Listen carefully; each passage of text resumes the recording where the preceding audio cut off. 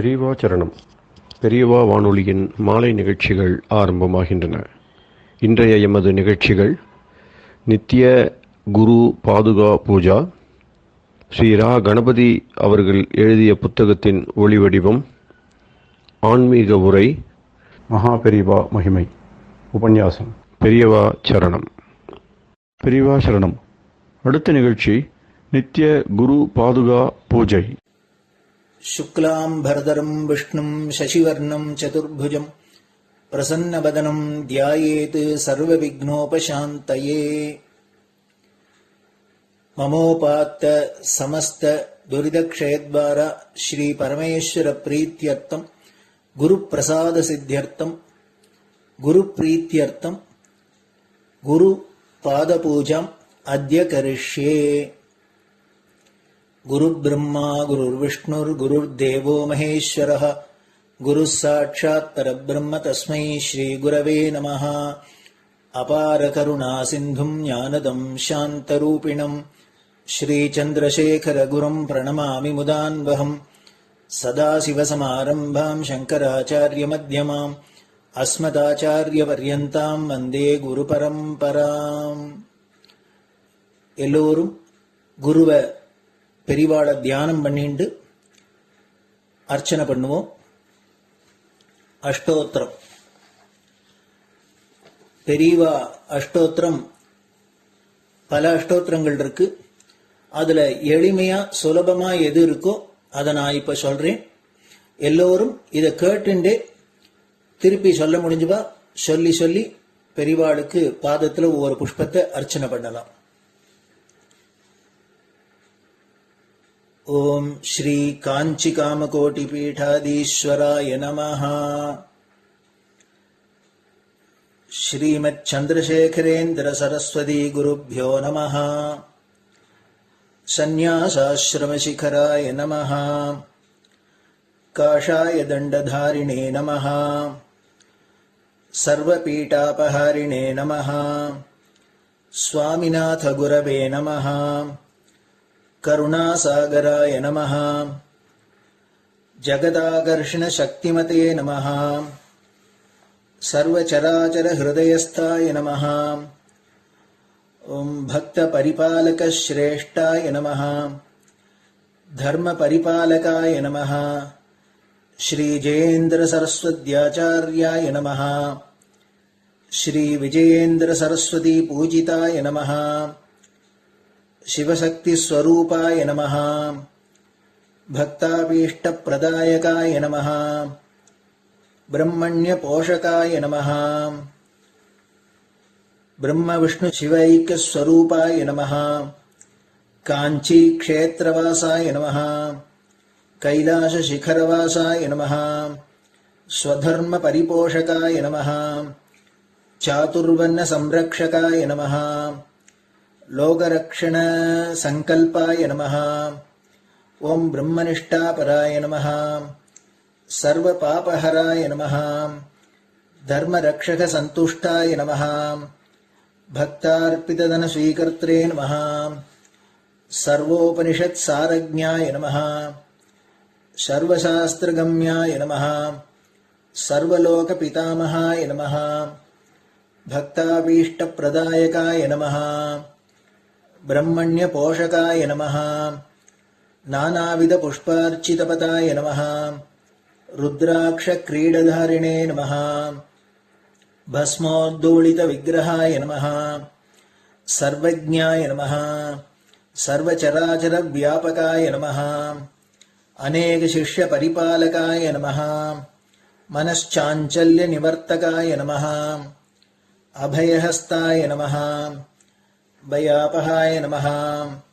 यज्ञपुरुषाय नमः. यज्ञानुष्ठान रुचिप्रदाय नमः. यज्ञसम्पन्नाय नमः. यज्ञसहायकाय नमः.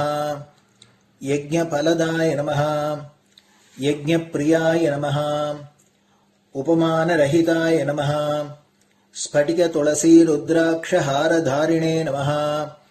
चातुर्वर्ण समदृष्टये नमः. ऋग्यजुस्साम अथर्वणादि चतुर्वेद संरक्षकाय नमः.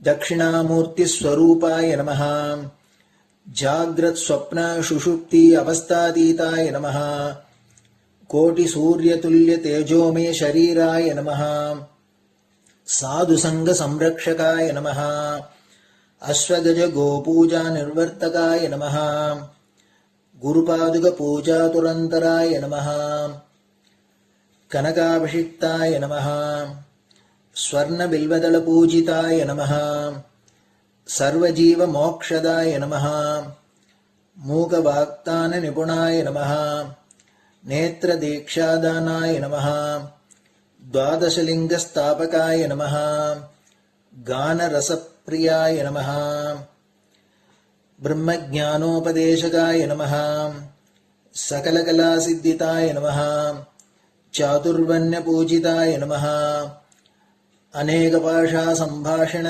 कोविताय नमः अष्टसिद्धिप्रदायकाय नमः ओम श्री शारदामठसुस्थिताय नमः नित्यान्नदानसुप्रीताय नमः प्रार्थनामात्रसुलभाय नमः पादयात्राप्रियाय नमः नानाविधमतपण्डिताय नमः श्रुतिस्मृतिपुराणज्ञाय नमः देवयक्षकिन्नरकिंपुरुषपूज्याय नमः श्रवणानन्दकरकीर्तये नमः दर्शनानन्दाय नमः अद्वैतानन्दभरिताय नमः अव्याजकरुणामूर्तये नमः शैव वैष्णवादिमान्याय नमः श्रीशङ्कराचार्याय नमः दण्डकमण्डलोहस्ताय नमः वीणामृदङ्गसकलवाद्यनाथस्वरूपाय नमः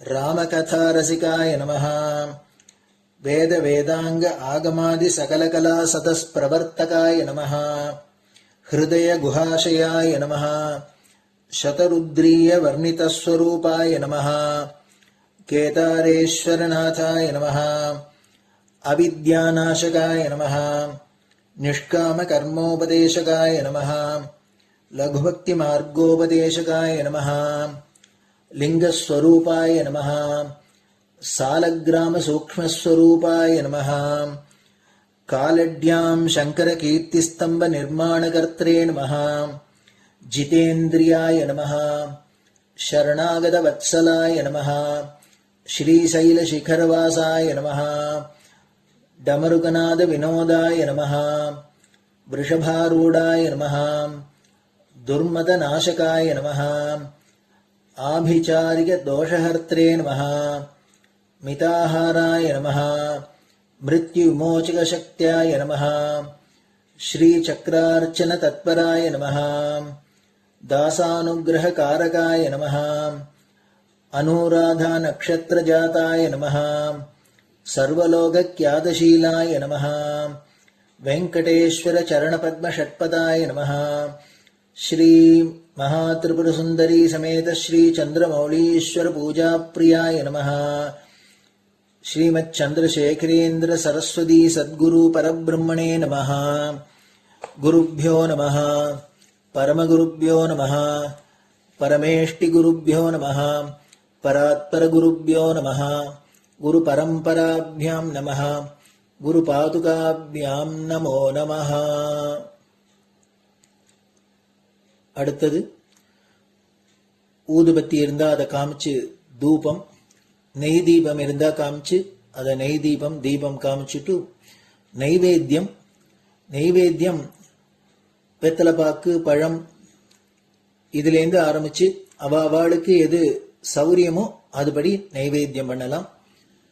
அதுக்கு அடுத்தது கற்பூர ஹாரத்தி பண்ணி எல்லோரும் பிரதட்சிண நமஸ்காரம் பண்ணி பெரியவாள்கிட்ட பிரார்த்தனை பண்ணிண்டு எல்லோரும் க்ஷேமமா இருக்கணும், லோகம் பரம மங்களமா சௌக்கியமா இருக்கணும், எல்லோரும் வியாதி வெக்க இல்லாத ஆயுராரோக்கிய ஐஸ்வர்யத்தோட சாந்தம் அமைதியோட ஞான வைராக்கியத்தோட எல்லோரும் நல்லவர்களாயிருந்து நன்மையை அடையணும்னு பிரார்த்தனை பண்ணி இந்த பூஜையை தினம் செய்யலாம்.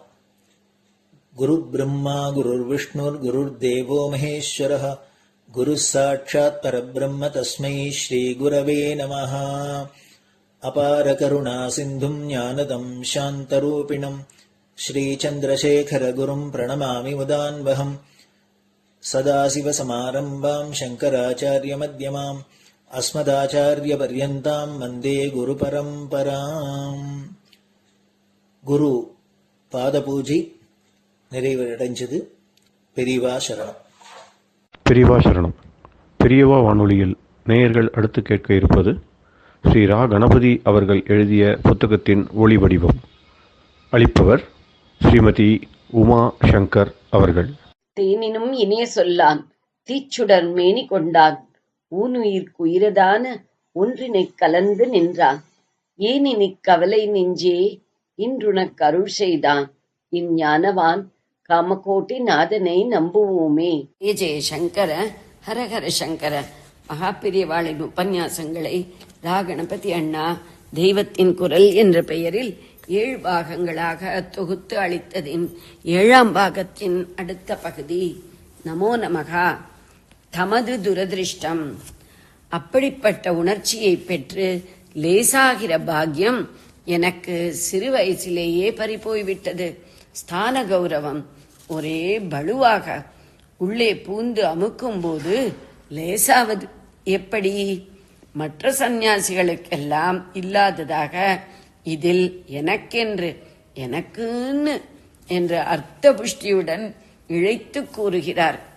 2 அன்லக்கி பிரைஸ்கள், துரதிருஷ்ட பரிசுகள் என்னவென்றால், சந்நியாசிகளும் தங்களை விட பெரியவர்களான மற்ற சந்நியாசிகளுக்கு நமஸ்காரம் செய்ய வேண்டும் என்று பொது விதி.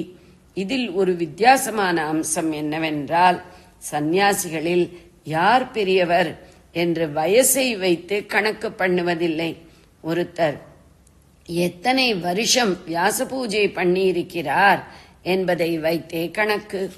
ஒவ்வொரு சந்நியாசியும் ஆஷாட பூர்ணிமையில், நம்முடைய ஆனி மாத அமாவாசையை அடுத்து வரும் பௌர்ணமி, வியாச பூஜை பண்ண வேண்டும். அந்த ரீதியில் 20 வயசில் சந்நியாச ஆசிரமம் வாங்கிக் கொண்ட ஒருவர் 30 வயசில் 10 பூஜை பண்ணியிருப்பார். இவருக்கு 25 வயசாகிற போது ரிட்டையரான ஒரு 55 வயசுக்காரர் ஆசிரமம் வாங்கிக் கொள்கிறார் என்று வைத்துக் கொள்ளுங்கள். இவர் 10 வியாச பூஜை முடிக்கும் போது அந்த விருத்தர் 5 தான் முடித்திருப்பார். அப்போது அந்த 2 பேரும் சந்தித்தால் 30 வயசுக்காரர் தான் ஜாஸ்தி வியாச பூஜை முடித்தவர் என்பதால் அவருக்கே 60 வயசுக்கார விருத்த சந்நியாசி நமஸ்காரம் பண்ண வேண்டும். ஆனாலும் என் விஷயத்திலோ, நான் சுவாமிகளான அப்புறம் என்னை விட ரொம்ப வருஷம் ஜாஸ்தி வியாச பூஜை பண்ணியுள்ள அநேக சந்நியாசிகளை சந்தித்திருக்கிறேன். ஆனாலும் நான் அவர்களுக்கு நமஸ்கரிப்பது என்பது இல்லாமல் நேர்மாறாகவே நடந்திருக்கிறது. காரணம், ஜகத்குரு டைட்டில். ஜகத்தெல்லாம் நமக்கு குரு என்றுதான் நான் அதை அர்த்தம் பண்ணிக் கொண்டிருந்தாலும், வெளி நடவடிக்கையிலே ஜகத்குருவுக்கு ஜகத்து பூராவும் சிஷ்ய வர்க்கம். சிஷ்யருக்கு நமஸ்காரம் என்பது மனசாலேயும் நினைக்கப்படாதது என்ற மடத்து சட்டத்தை தானே மதித்து நடக்கணும். ஆகையினாலே யதிகளிலேயும் எனக்கு பெரியவர்கள் என்று நான் யாருக்கும் நமஸ்காரம் பண்ண முடியாமல் ஆயிற்று. இதைவிட இன்னொரு துர்பாகியம், எனக்கென்று வாய்த்த துர்பாகியம், ஜகத்குரு பட்டம் கட்டிக்கொண்ட மற்ற சந்நியாசிகளும் தங்களுக்கு பட்டம் கட்டின குருசுவாமிகளுக்கு நமஸ்காரம் செய்திருப்பார்கள். யதேஷ்டமாகவே செய்திருப்பார்கள். இங்கே தம்மையே குறிப்பிட்டுக் கொள்கிறார்கள். அதற்கும் கொடுத்து வைத்திருக்கவில்லை. கதை உங்களுக்கே தெரிந்திருந்தால் சரி. ஸ்ரீ மகாபெரியவர்கள் அடுத்த பட்டமாக சங்கற்பித்த பூர்வாச்சாரியர் ஸ்ரீ மகாபெரியவர்களை அடுத்த பட்டமாக சங்கற்பித்த பூர்வாச்சாரியர் மகாசமாதி அடைந்த பின்தான் அவர் இருந்த இடத்திற்கு சென்று பட்டமேற்க முடிந்தது.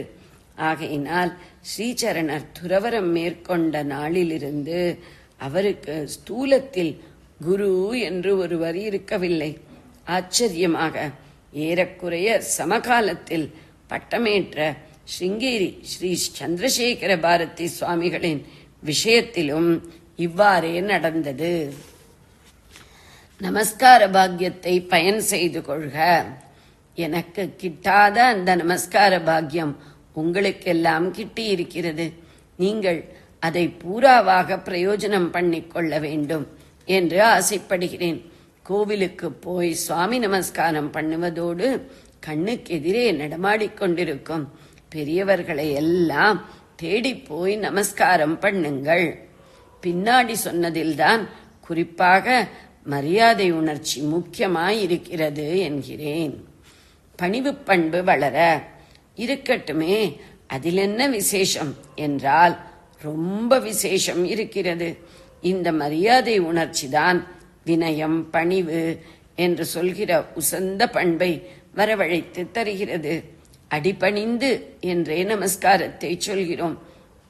இந்த பணிவு நன்றாக மலர்ச்சி பெற்று பிரகாசிப்பது ஏனைய பக்தி பாவ பூஜை புரஸ்காரங்களை விடவும் மரியாதை உணர்ச்சியோடு பண்ணுகிற நமஸ்காரத்தில்தான்.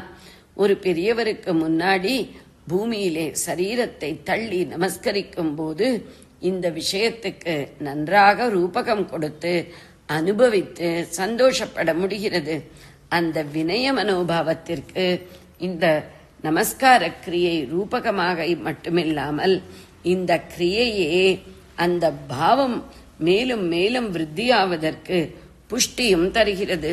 எத்தனையோ காலமாக யுகங்களாக இந்த மாதிரி நமஸ்கரிப்பது என்பதை நம்முடைய பூர்வீகர்கள் செய்து வந்திருக்கிறார்கள் அல்லவா? அதனால் அவர்களுடைய பணிவான எண்ணம் அந்த நமஸ்கார காரியத்திற்குள் ஊறி ஊறி காரியத்திற்குள்ளேயே பணிவு என்ற பாவத்தை பலமாக ஊட்டியிருக்கும். அவர்கள் வழியிலே வந்த நாம் இந்த காரியத்தை செய்கிற போது பகுகால பிதிரார்ஜிதமாக அந்த பாவமும் நாமறியாமலே நமக்கு கொஞ்சமாவது ஏற்படும். ஹெரிடிட்டி, பாரம்பரியம், ரேஸ் கான்சியஸ்னஸ், ஓர் இனத்திற்கான பொது உணர்வு என்றெல்லாம் நவீன படிப்பாளிகளும் ஒப்புக்கொள்கிறார்களே. மனிதனின் அக புற உயர்வு வீழ்ச்சிகள் மற்ற பிராணி வர்க்கங்கள் அத்தனையும் குறுக்கே வளர்கிற திரிய ஜந்துக்கள். மனுஷன் ஒருத்தன்தான் காலுக்கு மேலேயும் உடம்பு சிரசு என்று உயரவாட்டில் ஊர்த்வமுகமாக வளர்கிறவன். சிருஷ்டி வர்க்கங்களிலேயே இவன்தான் உசந்தவன் என்பதால் இப்படி இவனை படைத்திருப்பது என்று பெருமை சொல்கிறதுண்டு. ஆனால் இந்த உசத்தி அகம்பாவத்திலேயும் தற்பெருமையிலேயும் கொண்டுவிட்டால் இவன் மிருகஜாதிக்கும் கீழே போக வேண்டியதுதான்.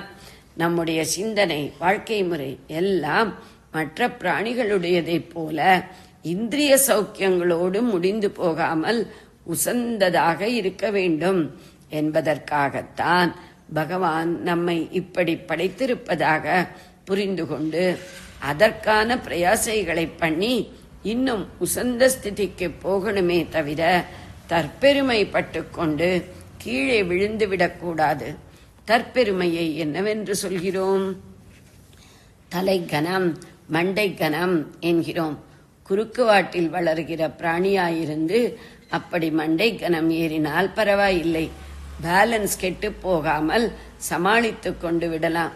ஆனால் உயரவாட்டில் இப்போது நாம் இருக்கிற தினசில் மண்டைக்கனம் ஏறினால் டாப் ஹெவி ஆனால் என்னவாகும்? ஈக்விலிபிரியம் என்கிற சமசீர் நிலையே கெட்டுப்போய் குலைந்து போய் தடால் என்று விழ வேண்டியதுதான்.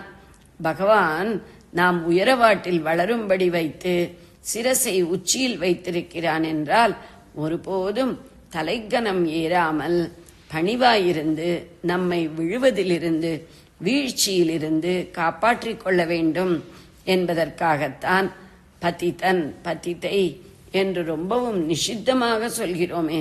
அதற்கு நேர் அர்த்தமே விழுந்து விட்டவர் என்பதுதான். அப்படி கீழே விழாமல் இருப்பதற்கு நமஸ்காரம் என்பதாக வினயத்தோடு கீழே விழுவதே சகாயம் பண்ணும். நிற்கிறவன் விழுந்து அடிபட்டு கொள்ளலாம், உட்கார்ந்திருக்கிறவன் கூட அப்படியே சாய்ந்து அடிக்கிடி படலாம். பூமியோடு பூமியாக சரீரத்தை போட்டு கிடக்கிறவன் விழவோ சாயவோ முடியுமா? உயரம் ஜாஸ்தி ஆக ஆக விழுந்தால் படுகிற அடியும் ஜாஸ்தி ஹானி உண்டாக்குவதாக இருக்கும். உசந்த ஸ்தானம் என்பதன் கதியும் இப்படித்தான். அங்கே இருக்கிறவன் தப்பு பண்ணி இடறி விழுகிற போதுதான் அப்புறம் எழுந்திருக்கவே முடியாமல், அதாவது அந்த உசத்தியை மறுபடி அடையவே முடியாதபடி ஊர் உலகமெல்லாம் சிரித்து அவனை மட்டம் தட்டி வைத்து விடுகிறது. தலைக்கனம் குறைய தலையால் வணங்குவது. உலகம் சிரிப்பது சிலாகிப்பது இருக்கட்டும், ஆத்மார்த்தமாக ஒருத்தனுக்கு எது நல்லது, எப்படி இருந்தால் அவனுக்கு உள்ளூர ஒரு நிறைவு நிம்மதி ஏற்படுகிறது? பாரம் தூக்கினால் நிம்மதியா, அதை இறக்கி போட்டால் நிம்மதியா? பாரம் என்றால் இந்த சம்சார சாகரத்தில் ஏற்படுகிற கஷ்டங்களின் பாரம் மட்டுமில்லை, பெரிய பாரம் அகம்பாவம்தான், தற்பெருமைதான். அதை இறக்கினாலே நிரந்தர நிம்மதி. அப்படி இறக்குவதற்கு சகாயம் செய்யும் கிரியைதான் ஒரு மனுஷ சரீரத்தில் பூமிக்கு ரொம்ப எட்டத்தில் இருக்கிற சிரசை ஒரே இறக்காக மற்ற அவயவங்களுக்கு சமஸ்தானத்தில் இறக்கி பூமியோடு பூமியாக போட்டு நமஸ்கரிப்பது. சிரசே பிரதானம் என்ற பெருமையை தியாகம் பண்ணி அதையும் எண் சாணில் ஒன்றாகவே எளிமைப்படுத்தும் கிரியை. பிரத்தியார் இறக்கினால் அவமானம், நாமே இப்படி தலையை இறக்கினாலோ பகுமானம், வெகுமானம். வினய சம்பத்து என்றே சொல்லும் வெகுமதி. தலைக்கனம், மூளை பெருமை போகவே தலையால் நமஸ்கரிப்பது. தலையே நீ வணங்காய் என்றுதான் அப்பர் சுவாமிகள் பாடியதும். ஜெய ஜெய சங்கர, ஹர ஹர சங்கர. பெரியவா சரணம். இந்நிகழ்ச்சியின் அடுத்த பகுதி நாளை மாலை இதே நேரத்தில் ஒளிபரப்பாகும். பெரியவா சரணம். பெரியவா சரணம். பெரியவா வானொலியில் நேயர்கள் அடுத்து கேட்க இருப்பது திரு கவிக்கண்ணன் அவர்களின் ஆன்மீக உரை. பெரியவா சரணம். ராம் ராம். ஸ்ரீ குருப்யோ நம. ஜெய ஜெய சங்கர, ஹர ஹர சங்கர. பெரியவா வானொலி நேயர்கள் அனைவருக்கும், மகா பெரியவாவுடைய பக்தர்கள் அனைவருக்கும் அடியேன் கவிக்கண்ணனின் அன்பு கலந்த நல்வாழ்த்துக்கள். ராம் ராம். ஜெய ஜெய சங்கர, ஹர ஹர சங்கர. ஸ்ரீ குருபியோ நம. இன்றைய கருணை மாமுகில் காஞ்சி மகான் தொடரின் பகுதியை ஒரு சம்ஸ்கிருதத்தில் ஒரு கீர்த்தனையோட நம்ம ஆரம்பிக்கலாம். கரகர பிரியா ராகத்தில் பெரிவாளுக்கு சமர்ப்பிச்சு ஆரம்பிக்கலாம்.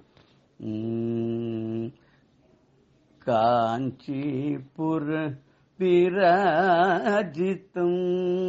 ஸ்ரீ காஞ்சிபுர விராஜிதம் ஸ்ரீ காமகோட்டி யதீஸ்வரம் பஜே.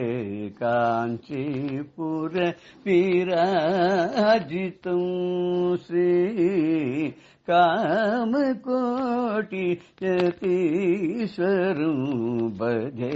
காஞ்சிபுர விராஜிதம் காஞ்சன சத்ருஷ பிரகாஷ காத்ரம். காஞ்சன சத்ருஷ பிரகாஷ காத்ரம். காமாட்சி கருணா கட்டாட்ச பாத்திரம். காமாட்சி கருணா கட்டாட்ச பாத்திரம். காஞ்சிபுர விராஜிதம் ஸ்ரீ காமகோட்டி யதீஸ்வரம் பதே. காஞ்சிபுர விராஜிதம் சந்திரமூடீஸ்வர பூஜனே முதிதம் சாந்தஸ்வரூபிணம் சத்குரும். சந்திரமூடீஸ்வர பூஜனே முதிதம் சாந்தஸ்வரூபிணம் சத்குரும். சந்திரசேகர யதீந்திரம் சந்ததம் சந்திரசேகர யதீந்திரம் சந்ததம் சிந்திதானுகிரக பிரதம் காஞ்சிபுர விராஜிதம் ஸ்ரீ காமகோட்டி யதீஸ்வரோ பஜே காஞ்சிபுர விராஜிதம் மந்திர யந்திர சாஸ்திர பிரவீணம் மாயாமலாதிகரம் மகாஸ்வாமினம் மந்திரயந்திர சாஸ்திர பிரவீணம் மாயாமலாதிகரம்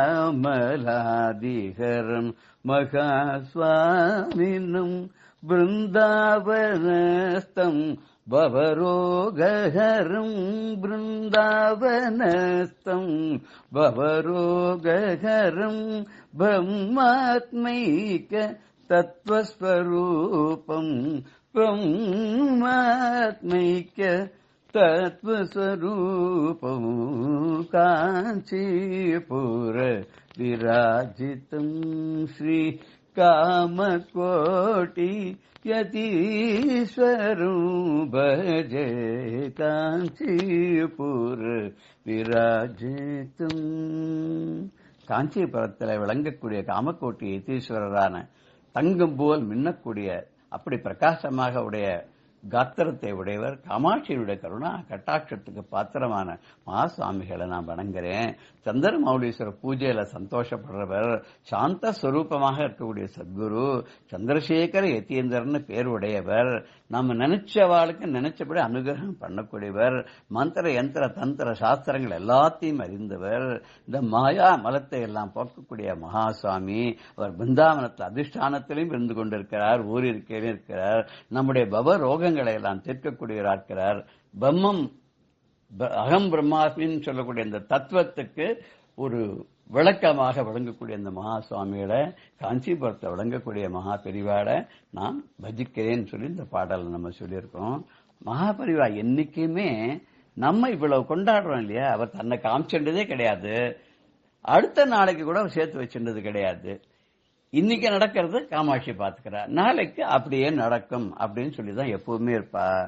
ஒரு சமயத்துல இவன் நாளைக்கு பத்தி யோசியாத இருக்காரேன்னு எல்லாரும் போய் கேட்டா, என்னன்னு தெரியலையே, ஒன்னும் புரியலையே, எப்படி இது பண்றது, மடத்துக்கு கொஞ்சம் பணம் எல்லாம் கொஞ்சம் இருந்தாதான் தேவையில்ல போல் இருக்கு, அட்லீஸ்ட் ஒரு மாசத்துக்கு வேண்டியதா வேண்டாமான்னு கேட்கும்போது பெரியவா சொன்னாலாம், ஒரு சன்னியாசியே அடுத்த வேலையை பத்தி யோசிக்க கூடாது, ஒரு மடாதிபதிங்கிறவரு அப்படிதான் வாழ்ந்து காட்டணும். அதெல்லாம் முடியலன்னா நம்ம இந்த ஆசிரமத்தில் இருக்கிறதுக்கு பிரயோஜனமே இல்லை, அர்த்தமே இல்லை. நம்ம மற்றவாளுக்கு ஒரு வழிகாட்டியா இருக்கிறத விட்டுட்டோம் நாமளும் சொத்து சுகம்லாம் தேடி அலைஞ்சு பணம்னு அலைஞ்சோன்னா அது நம்ம மற்றவாளுக்கு ஒரு பேட் எக்ஸாம்பிள் காட்டுற மாதிரி ஆகும். எல்லாரும் பார்த்தா அந்த ஊர்ல, அந்த ஒரு பர்டிகுலர் பெரிய ஊர்ல அவர் கேம்ப் பண்ணிருக்க போது எல்லாரும் நினைச்சா பெரியவாளுக்கு அப்போ மணி விழா கொண்டாடக்கூடிய சமயம். மணி விழா அப்படின்னா 60 வயசு அப்படின்னு நினைக்கிறேன், 60வது கொண்டாடணும்னு நினைச்சா அவ என்ன பண்ண, அதுக்கு ஒரு ரசீது போட்டு எல்லாத்தையும் பணம்லாம் கலெக்ட் பண்ண ஆரம்பிச்சா. கலெக்ட் பண்ணி ஆரம்பிச்சு பெரியவாளுக்கு ஒரு நல்ல ரத்ன கிரீட்டம் ஒண்ணு தலையில பண்ணி வச்சு பிரதோஷத்தன்னைக்கு அவர் வச்சுட்டு பூஜை பண்ற மாதிரி பண்ணணும். அதோட மடத்துக்கு ஒரு நிறைய பணம் சேர்த்து அந்த மடத்துக்கு கொஞ்சம் பணமும் வச்சுட்டு அந்த விழாவையும் ரொம்ப நல்லா கொண்டாடணும் அப்படின்னு சொல்லி இது பெரியவா காதுக்கு விழுந்தது. உடனே பெரியவா என்ன பண்ணா, அது யார் பண்றா, ஆர்கனைஸ் பண்றான்னு தெரிஞ்சுன்னு அவளை கூப்பிட்டு அனுப்பிச்சார். அந்த விழா குழு அப்படி கமிட்டின்லாம் இருக்கும் இல்லையா, ஒரு 10 பேர் பிரமுக ஆளா இருப்பா, யார் பேரை போட்டா பணம் வருமோ அப்படி அதான் அந்த தலைமை வச்சு பண்ணுவா இல்லையா. இல்லைன்னு எல்லாரும் போய் கேட்டா எல்லாரும் கொடுக்க மாட்டாளே, இது யார் நடத்துறா, எப்படி நடத்துறா, அவளுடைய கிரெடிபிலிட்டி என்னெல்லாம் மக்கள் எல்லாம் பாக்குறா இல்லையா. அது அந்த பிரமுக ஆள்லாம் வந்து உடனே கேட்ட உடனே என்ன நடக்கிறது என்ன பெரியவா சொன்னா, பெரியவாளுடைய மணி விழாவை கொண்டாடணுன்றதுக்காக நாங்க கலெக்ஷன் பண்ணிட்டு இருக்கோம், ரசீதெல்லாம் போட்டு கொடுத்துட்டு இருக்கோம், ஒரு அளவுக்கு பணமும் கலெக்ட் ஆயிடுத்து, ஒரு 60-65,000 ரூபாய் வரைக்கும் அந்த காலத்திலேயே கலெக்ட் ஆயிடுத்து. இது வச்சுட்டு மேல கலெக்ட் பண்ண போறோம். பெரியவாளுக்கு ஒரு மணி மகுட்டம் ஒண்ணு, மணி விழாங்கிறனால மணி மகுட்டம் ஒண்ணு தயார் பண்ணி பெரியவாளுக்கு அத பிரதோஷ பூஜை போது பெரியவா தலையில அலங்காரம் பண்ணிட்டு பூஜை பண்ணணும்னு நாங்கெல்லாம் நினைக்கிறோம். பெரியவா சொன்னா, இந்த விழா கொண்டாடுறதெல்லாம் ஒண்ணுமே வேண்டாம், இது மாதிரி பணம் கலெக்ட் பண்றதும் பண்ணாதீங்கோ, எல்லாருக்கும் கொடுக்கணும்னு ஆசை இருக்கும், கொடுக்க முடியாது, அவெல்லாம் வருத்தப்படுவா. கொடுக்கறவா எல்லாரும் நிர்பந்தத்தால கொடுக்கறவாளும் உண்டு, உங்களுடைய மூஞ்சிக்காக கொடுக்கறவாள்லாம் உண்டு. இதெல்லாம் வேண்டாம், இந்த எம்பாரஸ்மெண்ட்லாம் வேண்டாம். கலெக்ஷன் பண்றதை நிறுத்திடுங்கோ. இது வரைக்கும் என்ன வந்ததோ நிறுத்திடுங்கோ. அந்த பணத்தையும் இதுவரைக்கும் கலெக்ட் பண்ணிருக்கிற பணத்தை என்ன பண்ணுவோன்னா நீங்களே வச்சுங்கோ. இப்போ வரைக்கும் எந்த செலவும் பண்ணாதீங்கோ. நானே சொல்றேன், எந்த ஒரு நல்ல காரியத்துக்கு அதை செலவு பண்ணணும்னு சொல்றேன். நான் சொல்லும் போது அந்த பணத்தை அந்த காரியத்துக்கு நீங்க செலவு பண்ணீங்கன்னா எனக்கு ரொம்ப திருப்தி. நீங்க மணி விழா கொண்டாடுற சந்தோஷம் எனக்கு அப்படின்னு சொல்லி பெரியவா நிறுத்திவிட்டா. ஆனா பக்தர்கள்லாம் சும்மா விடுவாளா? ஏதோ அந்த மணி விழா ரொம்ப அவ்வளவு பெருசா பண்ணாத போலாம், அன்னைக்கு ஏதோ ரொம்ப சிம்பிளா இந்த காரியங்கள்லாம் பண்ணி, ஹோமாதிகள்லாம் பண்ணி, யாகங்கள்லாம் பண்ணி ஒரு சின்னதா ஒரு இது பண்ணிட்டு, ஆனா அவ நினைச்ச பிரகாரம் இந்த ரத்தன கிரீடம் இருக்கு இல்லையா, இந்த மகுட்டம், அதை மாத்திரம் கண்டிப்பா பண்ணிட்டு பெரியவாட்ட கொண்டு கொடுத்து, நீங்க தயவு பண்ணி இதை மாத்திரமாவது ஏத்துக்கணும், பிரதோஷத்தன்னைக்கு நீங்க இதை போட்டுக்கணும். இன்னைக்கு பெரியவா என்ன பண்றது, சரின்னு வாங்கிட்டு ருத்ராட்சத்துல தலையில ஒரு கிரீடம் போட்டுருப்பா பிரதோஷ பூஜை போது. அதை பார்க்கறதுக்கு கண்கொள்ளா காட்சி. எத்தனை பேருக்கு அது கிடைச்சிருக்குன்னு எனக்கு தெரியல, நான் பார்த்திருக்கேன் அதை. அப்படி பெரிய பிரதோஷ பூஜை பண்ணும்போது இந்த கிரீடத்தை வச்சுன்னு அது மேல அந்த ருத்ராட்சத்தை சுத்தின்னு நீங்க பூஜை பண்ணோம்னா சரின்னு பெரியவா வாங்கிட்ட பெரியவா சும்மா இருப்பாளோ என்ன பண்ணான்னா, பெரியவாளுக்கு எப்பவுமே ராஜராஜ சோழன் ஒரு பெரிய ஒரு மதிப்பு உண்டு. அவனுக்கு சிவபாத ஹிருதயன் பேரு. இந்த ராஜராஜ சோழன் சிவன் அடியார்கள்ல சிறந்தவன் அப்படின்னு சொல்லுவா. அவன் சிவனுடைய பாதத்தை தன் தலையில தாங்குவதாக தனக்கு சிவபாத ஹிருதயன் பேர் வச்சிருந்தான். அப்பேற்பட்ட அந்த ராஜராஜ சோழனுக்கு கௌரவம் பண்றதுக்காக பெரியவா என்ன பண்ணா, இவருக்கு சமர்ப்பிச்ச அந்த மகுட்டம் இருக்க அதை கொஞ்சம் லேசா ஆல்டர் பண்ணி அத அந்த சமயத்துல பிரதம மந்திரியா அந்த இந்திரா காந்தி அம்மையார் தமிழ்நாட்டுக்கு விஜயம் செய்த போது, தஞ்சாவூருக்கு வந்த போது, அங்க அந்த ராஜராஜ சோழனுக்கு இந்த மகுடத்தை, மணி மகுடத்தை சூட்ட வச்சு அழகு பார்த்து சந்தோஷப்பட்டாராம் பெரியவா. தனக்குன்னு கொடுத்ததை தனக்கு வச்சுக்காத சன்னியாசிக்கிறதுக்கு மகுடங்கள்லாம் நிஜமா அதுக்கு அருகதை யாருக்குன்னு இந்த ராஜராஜ சோழனுக்கு தான் உண்டுன்னு சொல்லி பிரகதீஸ்வர ஆலயம் பெரிய கோவில் கட்டினவன் இல்லையா, அவ சேர்த்து இமாச்சலன் ஆண்டவன் இல்லையா, அப்பேற்பட்டவனுக்கு கௌரவம் பண்றதுக்காக அந்த சிவபாத ஹிருதயனுக்கு இந்த சந்திரமௌலீஸ்வரர் எப்படி சிவனுடைய அடிமை இல்லையா, இந்த சிவன் அந்த அடியாருக்கு இந்த மணிமகுடத்தை தலையில சூட்டி அழகு பார்க்கறதுக்கு ஏற்பாடு பண்ணி கொடுத்தாராம். எப்பேற்பட்ட ஒரு ஒரு தயாளமான குணம் நம்ம பெரியவாளுக்கு அப்படிங்கிறது. நம்மளன்னா கொடுப்போமா, இந்த மாதிரிலாம் ஏதாவது கிடைச்சேன்னா பத்திரமா பொக்கிஷமா உள்ள வச்சுட்டு நம்ம யாருக்கும் இந்த வெளியில காமிச்சா கூட திருஷ்டிப்படும் நினைச்சுப்போம். பெரியவா தனக்கு எல்லாம் பண்ணக்கூடிய அந்த ஃபங்க்ஷனையும் வேண்டாம், கலெக்ஷன் பண்றதையும் நிறுத்த சொல்லிட்டு அதையும் மீறிவா கொடுத்த மணிமகுடத்தையும் ராஜராஜ சோழனுக்கு சூட்ட சொல்லி, அதுவும் பிரதம மந்திரி, அந்நாள் பிரதம மந்திரியான இந்திரா காந்தி அம்மையாரையே வச்சு அதை சூட்ட வச்சு அழகு பார்த்த இந்த பெருமை யாருக்கு வரும் இல்லையா. ஜெய ஜெய சங்கர ஹர ஹர சங்கர. ஸ்ரீ குருபியோ நம. ராம் ராம். பெரியவா சரணம். இந்நிகழ்ச்சியின் அடுத்த பகுதி நாளை மாலை இதே நேரத்தில் ஒளிபரப்பாகும். பெரியவா சரணம். பெரியவா சரணம். அடுத்த நிகழ்ச்சி மகா பெரியவா மகிமை உபன்யாசம். வழங்குபவர் பிரம்மஸ்ரீ கணேச சர்மா அவர்கள். அபார கருணா சிந்தும் ஞானதம் சாந்தரூபிணம் ஸ்ரீ சந்திரசேகரகுரும் பிரணமாமி முதான்வகம். கருணை கடலான காஞ்சி மகா பெரியவா திருச்சியில் 1963 வருஷம் நவராத்திரி பூஜை போது இருக்கிறது வெகு சிறப்பாக அன்னதானங்கள்லாம் நடந்தது அப்படிங்கிறத பார்த்தோம். அந்த திருச்சியில் யாத்திரை பண்ணிட்டு இருக்கிறதே, கேம்பில் இருக்கிறதே ஒரு முக்கியமான நிகழ்ச்சி. சீதாலட்சுமி ராமசுவாமி காலேஜ் அப்படின்னு ஒரு பெரிய கல்லூரி இருக்கு. அந்த கல்லூரி அந்த கல்லூரியை ஸ்தாபிதம் பண்ணினவர் ராமசுவாமியர் அப்படின்னு. ரொம்ப ஆஸ்திகர், பெரியவாள்கிட்ட பரம பக்தி. பெரியவா திருச்சியில கேம்ப்ல இருக்கிறதே அப்பப்போ தரிசனம் பண்ணிப்பார். தரிசனம் பண்ணினவருக்கு ஒரு ஆசை, பெரியவா திருப்பாதம்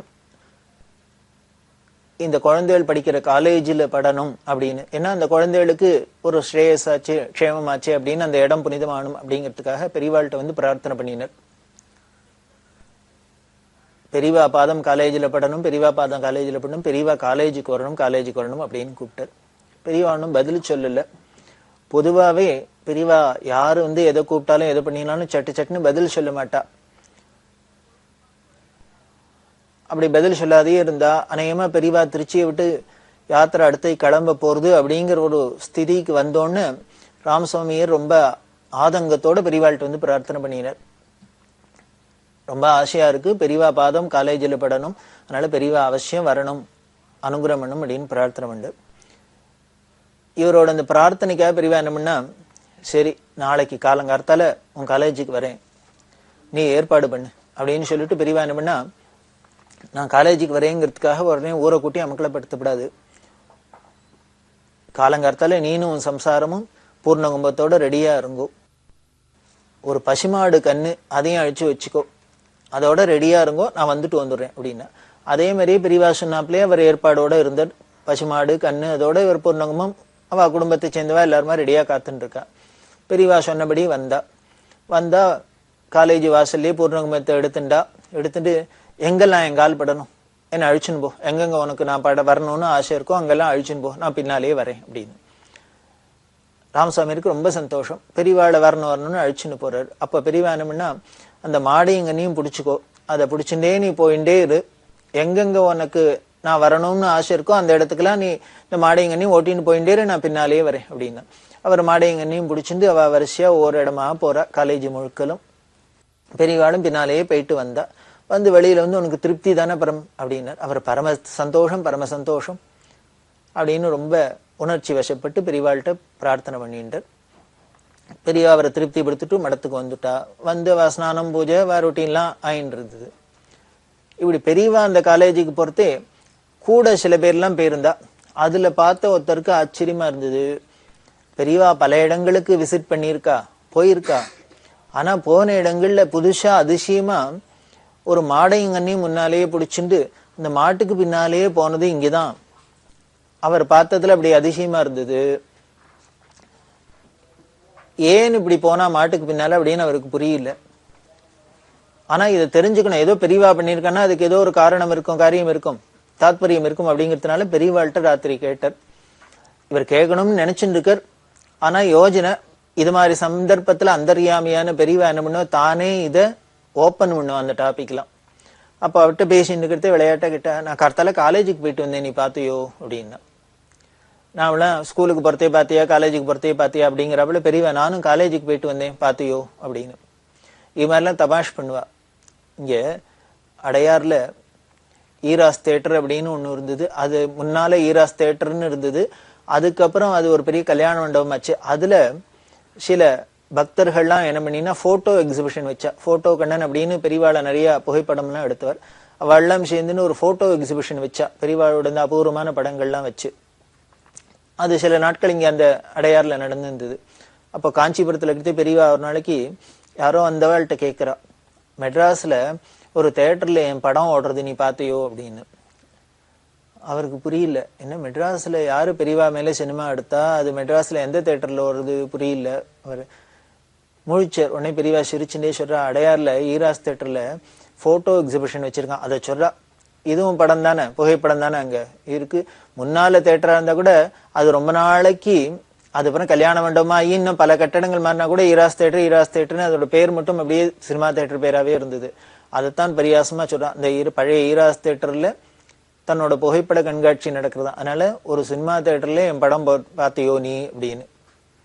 அது மாதிரி இப்படி தமாஷ்லாம் பண்ணுவோம். அது மாதிரிதான் இங்கேயும், நான் கரெக்டால காலேஜுக்கு போயிட்டு வந்தேன் நீ பாத்தியோ அப்படின்னா.